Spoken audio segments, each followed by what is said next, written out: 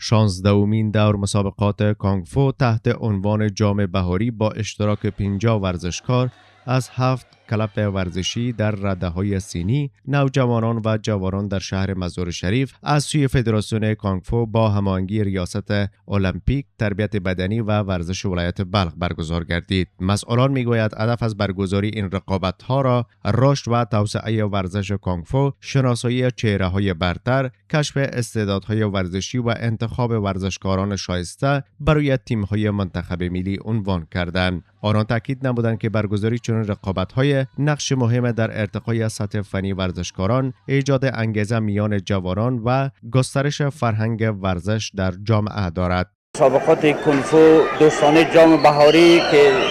بین کلب‌های ولایت بلخ بین 7 کلب برگزار شده، خوشبختانه که در این مسابقات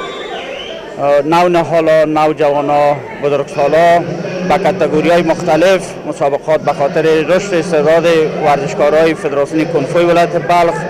خوشبختانه که مسابقات به صورت خوب اساسی پیش میره، جریان داره مسابقات ما. په بلخ ولایت کې د کونگ فو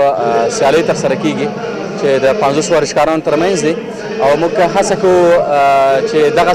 سیالۍ نور هم زیات شي او کوشش مو دا ده چې په بلخ ولایت کې د ولایتونو ترمنځ همدغه سیالۍ نور هم ونیول شي. د بلخ المپیک ریاست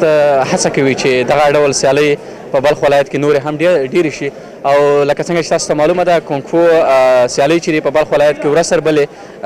وده کوي او موږ کوشش کوو چې دغه سیالۍ د مرزونو نه بهر هم ورسوو. در همین حال شماری از ورزشکاران اشتراک کننده از برگزاری این مسابقات ابراز خرسندی کرده و برگزاری برنامه‌های مشابه را در رشد و پیشرفت ورزش کانگ فو مؤثر دانستند. آنان از مسئولان ورزشی خواستند تا زمینه برگزاری بیشتری این گونه رقابت‌ها را در سطح ولایت و کشور فراهم سازند. ما از برگزاری این مسابقات بسیار خوشحال هستیم که این مسابقات میتواند چهره شناس تیم ملی باشه و از مسئولین خواهشمندیم که از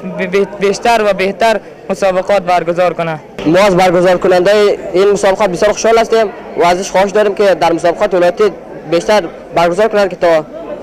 در تیم ملی را اشتراک پیدا کنیم. ما از چنین مسابقات خیلی خوشحال هستیم که چنین مسابقات برگزار میکنه و ما مسئولین میخواهیم که چنین مسابقات برگزار کنه که ما تا بتوانیم بر مسابقات سطح بالا مسابقه کنیم. در پایان این مسابقات از ورزشکاران برتر با اهدای مدال‌های افتخاری، تقدیرنامه‌ها و جوایز از سوی مسئولان اهدا شد.